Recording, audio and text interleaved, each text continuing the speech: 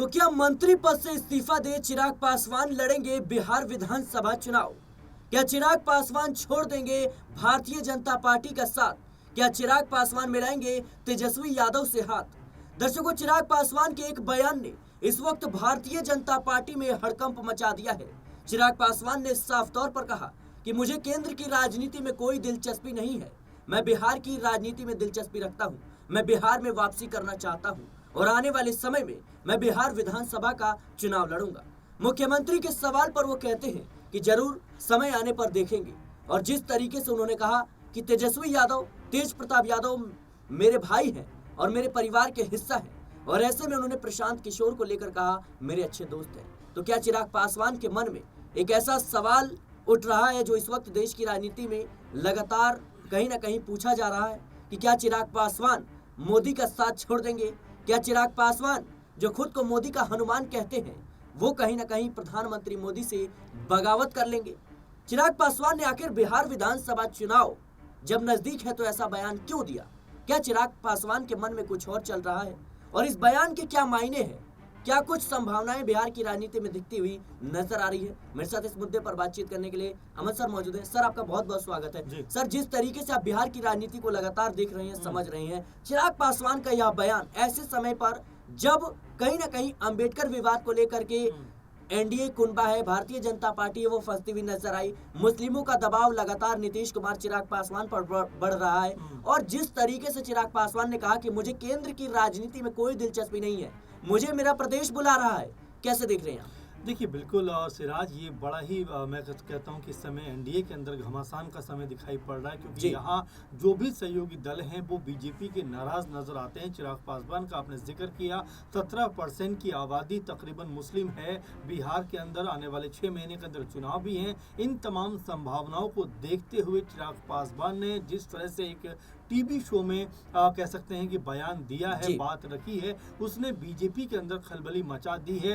चिराग पासवान कहते हुए नजर आए कि मैं 21वीं सदी का युवा नेता हूं, मुझे इन धर्म, जात, मजहब की राजनीति से कोई मतलब नहीं। और वो सीख भी देते हैं बीजेपी को कि बीजेपी को भी इससे ऊपर उठना चाहिए, क्योंकि हमारे यहाँ पर सदियों से होली, दीपावली, ईद और क्रिसमस और इस तरह की जितने भी पर्व हैं वो मनाए जाते रहे हैं। सब एक दूसरे का सम्मान करते हैं। अगर नमाज 2 घंटे के लिए पढ़ ली जाती है, रोड बंद हो जाता है, तो इससे कोई बहुत बड़ा लॉस, बहुत बड़ा कह सकते हैं कि मुश्किल लोगों को नहीं होती, क्योंकि सबको पता है ईद का वक्त है, छुट्टी होती है, और अगर लोग इससे नमाज पढ़ते हैं तो किसी को कोई दिक्कत नहीं होती। लेकिन जिस तरह से उत्तर प्रदेश में खासकर उन्होंने पॉइंट आउट करते हुए बात कही है कि जिस तरह उत्तर प्रदेश में पूरे का पूरा तमाशा बनाया जा रहा है, वो आज के युवाओं को पसंद नहीं है। और वो ये बात कहते हुए नजर आते हैं कि देश के सामने जटिल मुद्दे हैं, बड़ी समस्याएं हैं, लेकिन हम उन सबको छोड़कर, मैं बस जरा सा अपनी बात पूरा कर रहा हूँ, उन सबको छोड़कर हम इन सब बातों पे लग गए हैं। और उससे बड़ी बात जो मैं आखिर में कहने वाला हूं सिराज की,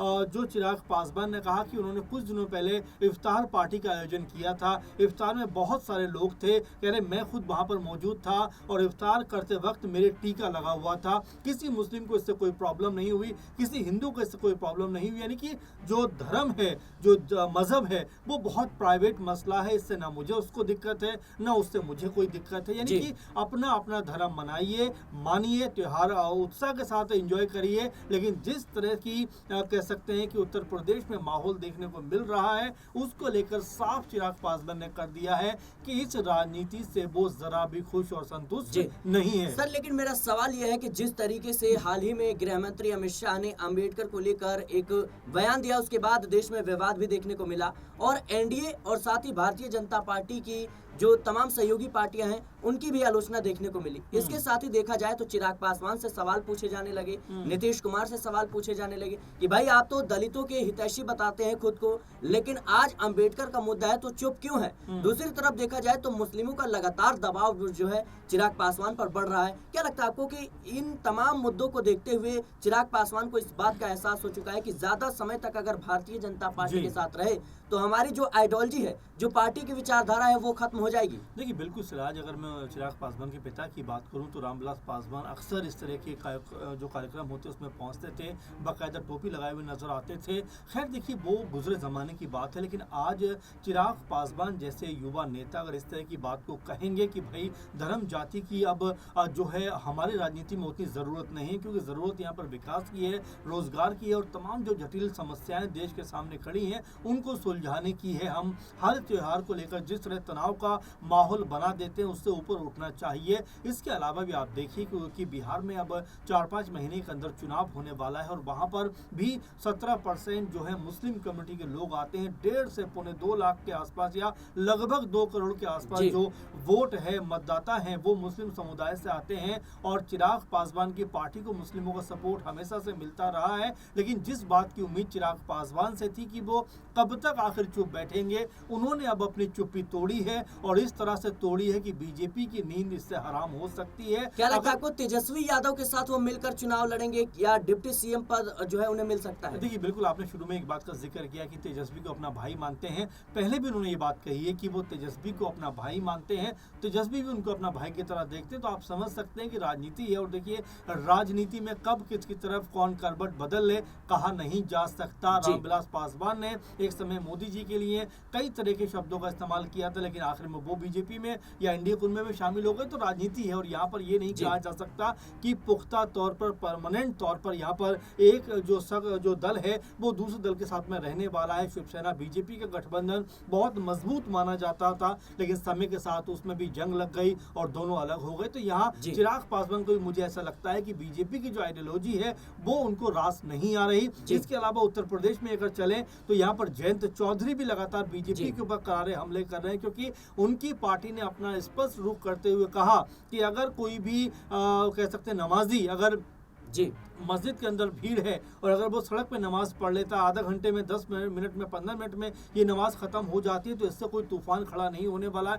कोई बखेड़ा नहीं बनने वाला है। बल्कि लोगों को चाहिए कि या प्रशासन को चाहिए, सरकार को चाहिए कि उनको अनुमति दें इस तरह से अपनी जो धार्मिक रीति होती है उसको पूरी करने की। तो ये जयंत चौधरी हैं, चिराग पासवान हैं, युवा पीढ़ी के नेता हैं और इस तरह की बातें करते हुए नजर आते हैं। तो बिल्कुल स्पष्ट हो जाता है कि बीजेपी के लिए आने वाला वक्त कहीं ना कहीं दुविधा वाला तो हो ही सकता है, साथ में सत्ता से भी कहीं उनको ले ना डूबे। जाहिर सी बात है दर्शकों, चिराग पासवान को लेकर इस वक्त कई सवाल उठ रहे हैं कि क्या वो भारतीय जनता पार्टी का साथ छोड़ देंगे। जिस तरीके से मुस्लिम संगठनों का दबाव बढ़ रहा है, दलितों के खिलाफ लगातार जो चीजें और जो माहौल हमें देखने को मिल रही है उसका भी कहीं ना कहीं उन्हें दबाव जो है बनता हुआ नजर आ रहा है। और जाहिर सी बात है चिराग पासवान इस बात को समझ रहे हैं कि कैसे भारतीय जनता पार्टी ने बड़े बड़े नेताओं को, अपने ही नेताओं को साइडलाइन करने का काम किया, उन्हें कहीं ना कहीं प्रदेश की राजनीति से दूर रखकर जिस तरीके से दिल्ली रवाना किया, केंद्रीय मंत्री बना दिया। तो वैसी राजनीति चाहते नहीं है चिराग पासवान, क्योंकि चिराग पासवान की खुद की एक पार्टी है,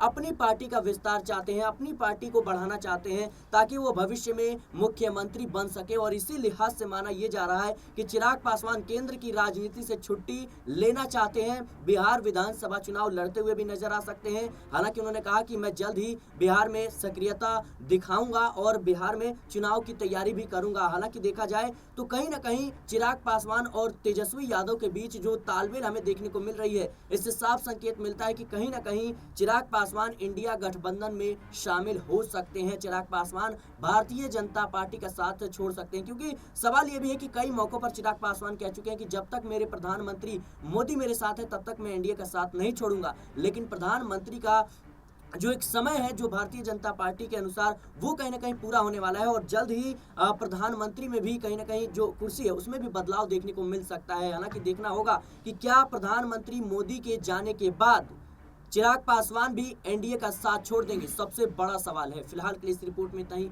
देश और दुनिया की तमाम खबरों के लिए बने रहें नेक्स्ट 9 न्यूज़ के साथ।